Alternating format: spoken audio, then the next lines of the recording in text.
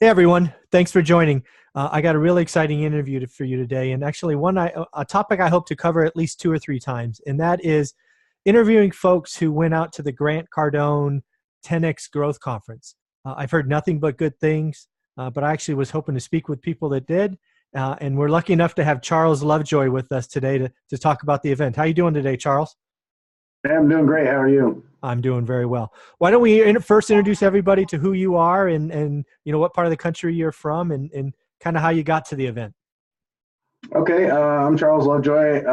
My day job is an aerospace engineer up at Boeing in Seattle, and I've kind of hit the top of my engineering game and been kind of looking for some side gigs and things like that. And Grant was relentless in his marketing campaign for this conference because he wanted to get 35,000 people out there. And I was getting an email every single day, and finally he came across with the veterans deal, and I'm a military veteran of 10 years, and so I bid off on the ticket, not even understanding how I was going to get there or anything, and I ended up buying my ticket the Tuesday before the event, and just pot committed. I was going, so yeah, it was a great time. Very cool. So again, let's unwrap that a little bit. And Grant is tremendous at marketing and selling and getting everybody motivated. I watch his stuff almost every day, and I get that kind of relentless charm that he has. So I understand that. But first off, thank you for your service. Obviously, Grant, thank you for your service as well, creating that. I think it was like 10,000 or 2,000, whatever it was. It was a big number. It was impressive when he announced that. So Yeah. I'm glad to hear that you were able to take advantage of that. And then you didn't buy your plane ticket until the Tuesday before the event, right? That's correct. Yes. Yeah, because you were debating, right? The plane ticket's not free, hotel's not free. But you knew you wanted to go. You knew you like the side hustle, right? You knew there was something else you needed to do, right? Yeah, I definitely. I mean, his message is clear. You're not going to make it on your 9-to-5 job, and you're not going to become a millionaire. And I kind of have a side bet with my grandpa that I'll have $1 million in the bank by July. So, and my grandpa's 96, and he'll hold me to it. July this year? Yeah, this year. Woo! That's 5 months away, man. That's 4.5 months away. I know it is. So I really got to get my side hustle going. There you go. Well, okay. So you buy the tickets, you get there. I believe I saw a video. The event starts with Grant parachuting into the arena. Is that true? Yeah, absolutely. It was epic. He came up on the camera with a GoPro in the airplane and said, "I'm coming in," and everybody's head was looking at the sky the whole time as it came down. Had the music, the pyrotechnics, and everything going. It was really epic. Yeah. So the show starts off with all the hype and energy and music and all of that, then you sort of get into speeches, right? I saw some of the agenda and some of the people coming. He brought some pretty big headliners. Yeah. The speakers were absolutely great, and the thing is that it wasn't boring. You think of business conference, you think of everybody sitting around not doing anything, but I mean, we were really glued to our seats, paying attention to every single speaker that came out, and he had good breaks along the way, but he kept the energy going and really had a surprise every minute around the corner. It was like you didn't want to get out of your seat. Yeah, because he had I read he had Snoop Dogg and some other performers come in that he didn't even announce. He just, he really did put on a good show. Yeah, it was a fabulous show. Little John, and I think my favorite out of the entire group of people was Steve Harvey. He's just a phenomenal individual. Yeah, it's interesting because when I saw Steve Harvey was headlining, I was like, I don't really get that. Because I know him as the game show host, right? I mean, that's my little understanding of Steve Harvey, and a comedian. Obviously, he's had a couple of sitcoms, I think. But why don't you tell me about that I guess you would call it speech or his topic? Why don't you talk about Steve and what you took away from that? Yeah, Steve was a phenomenal talker because he came from nothing. I'm also part of Damon John's Success Factors too. But Damon John and Steve Harvey, they all came from basically nothing, and they made something out of themselves. And it's a real heartfelt story that you can follow and that anybody can get on board. He specifically took the time to pick out the people that were up in the nosebleed seats, and say, hey, you guys are going to be down here on the stage. It's your time. You came to this conference, and it was really motivating. I still get goosebumps over it. Yeah. Yeah. And these weren't short talks, right? They weren't there for 10 minutes. They were going for what, 45 minutes, an hour, something like that? These were all sit down, 1 hour each. Yeah. Each person that came through. Yeah. It was a full hour, and you didn't want to leave. It was phenomenal. Yeah. So you sort of walk us through the day, right? He starts off with all this pyrotechnics, jumping out of an airplane, epic, good for him. He probably gets up, does his song and dance once he kind of gets out of the parachute. His wife gets up. When do you start seeing that you could use this to do the side hustle, right? Because you went there for a reason. Yeah, and it wasn't the idea of the side hustle. It was just because I wanted to be a part of an event that was going to be a Guinness Book World Record setter, and it was. I had no expectations going into it. I imagined there was going to be sales there, which there was. Sure. And everybody is selling a product, and how do you pay for your $10 million event if you're not selling something? So yeah, and it was, and the offerings that they were giving were reasonable. They targeted the demographic that was there, which was really interesting. I met a lot of construction workers, a lot of roofers from the Midwest, people who are trying to open salad bars in Connecticut, and the group of people there was so diverse. It was really a great networking event. Yeah, and what I've seen from this stuff, because I've poked around quite a bit, it was definitely entrepreneurial focused. Yes, right? Definitely. I like you said, right, roofers and opening salad bars and all of that. And again, he gave time for breaks, so you really could network and see what others were doing and do all of that, right? Yeah, absolutely. Yeah, it was the event couldn't have been put together any better. Wow, if he ever hears that quote, that'll be good. Yeah, the event couldn't have been put together. Good for you, Grant. Also, so you're obviously happy you went. It was worth your time. Absolutely, I would do it all over again. There you go. Knowing Grant, he's going to have GrowthCon number 4, I'm sure.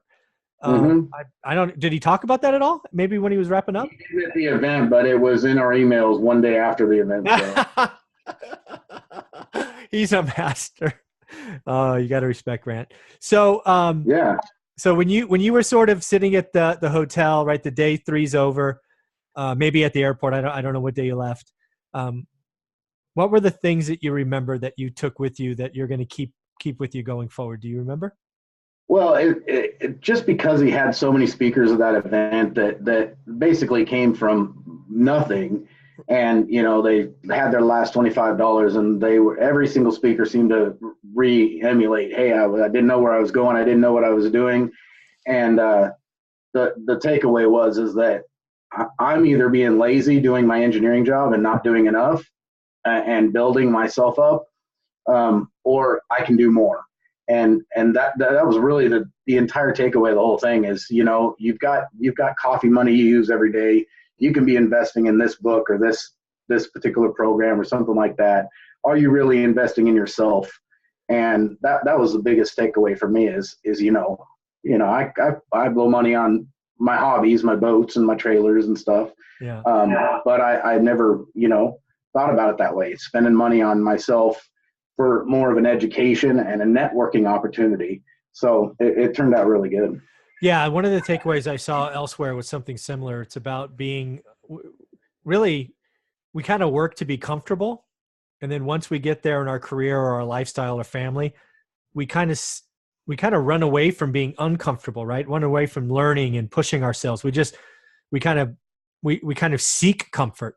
And I'm guessing that was a big takeaway, right? These people that were down to the last $25 and going after it, they clearly were uncomfortable for quite a while before they were successful, right? Nobody starts, on stage, right? They start in your, the example of the nosebleeds and work your way down. So I can see that's a big takeaway, I think, for people.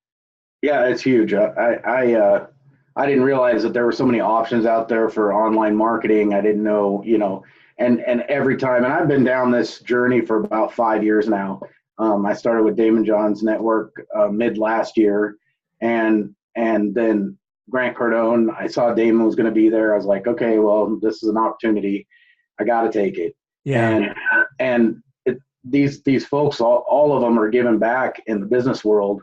And they're also fueling ideas for us and helping us. I mean, it really is. They're handing us free gifts, indirectly, if you will. Yeah. No, that's right. Yeah. They're definitely giving away things to help people. Everybody there. Sure, they may be selling something, but they're there because, well, first off, they don't have to be, right? These guys are all clearly successful. They were there to give back to 30,000 people, right? How many times can you impact 30,000 people in an hour, right? Yeah, and there's 8 billion people on this planet, and so you looked at only 35,000 were there. That's a huge amount of entrepreneurs, and the thing was, it came from 54 countries, all 50 states were represented, and it was absolutely fascinating. You met people of all walks of life, and people could have spent their last dime to get to this event, and it was well worth it. Very cool. So we talked about Steve Harvey making an impact. Anybody else in particular? Maybe Damon Jones or anybody else? John Maxwell, I heard, did a pretty good job. John Maxwell was good, and Jesse Itzer. I'd never heard of him until this event. But he sold an airplane company when he was 26. So, anyways, and yeah, their takeaways. Every one of them had something impactful to say about their journey and how to keep on track.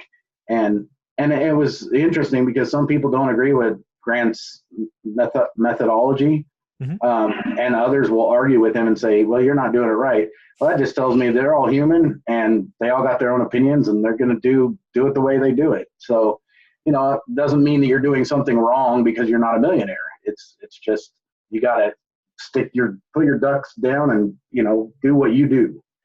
Yeah. I've read what Jesse wrote a book, that I read. I guess he spent some time with a Navy SEAL, David Goggins, a couple of years ago. I read that book. He talked about how he sold an airplane company to Warren Buffett, right? Which probably everybody would love to sell a company to Warren Buffett. His wife started Spanx, and he's doing some pretty big things now, right? He's the one that's talking about a resume of life or something, life resume or something. Is that right? Life resume. Yeah. Yeah, I saw that. That was really intriguing, right?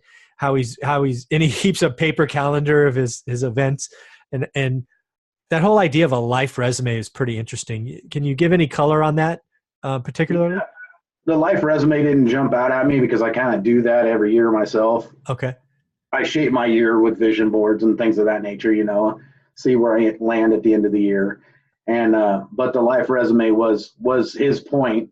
And he believes everybody should have some sort of life resume. And I didn't buy his program, so honestly, I can't tell you.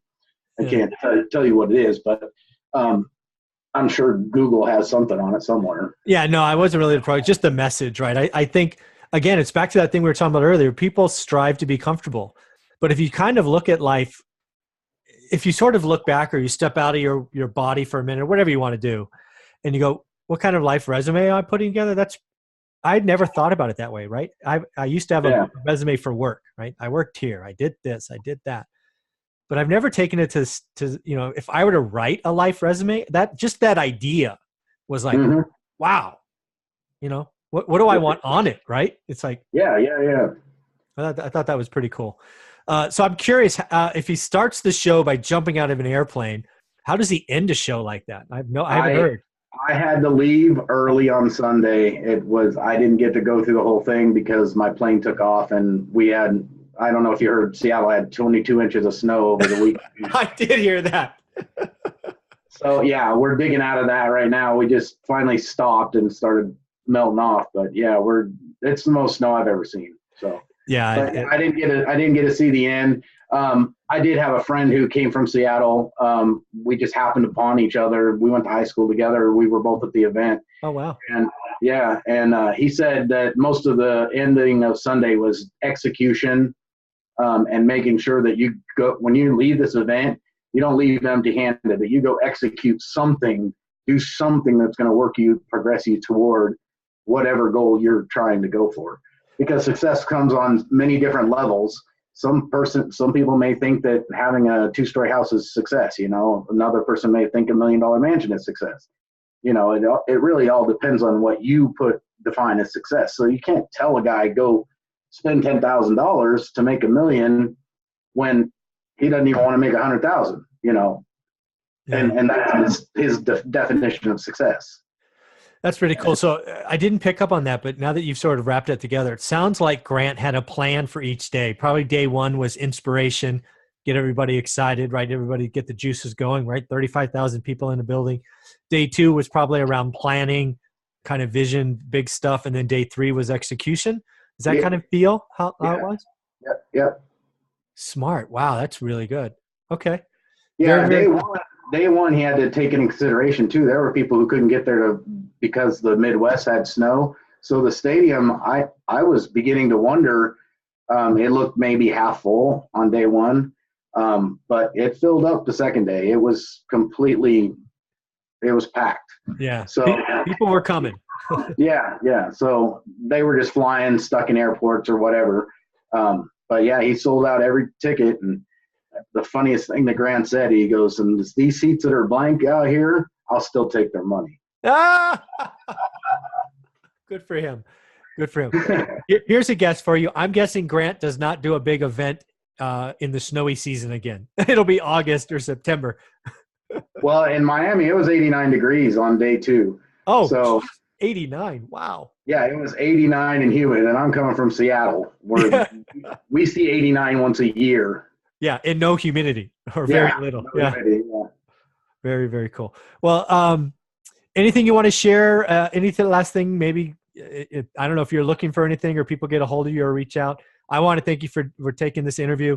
I'm encouraged by what I saw. It seems like a great event. I love the idea that he did inspiration, planning, and then execution. I think that's a great touch that I did not know coming into this interview. So I appreciate it, Charles. Great. Yeah, and hey, if you haven't been to any of the growth cons or any of your audience has been, Grant, you got to pay me for this, but you need to go.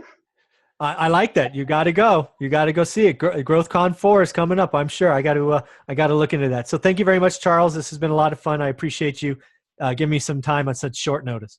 All right. I appreciate it. Take care.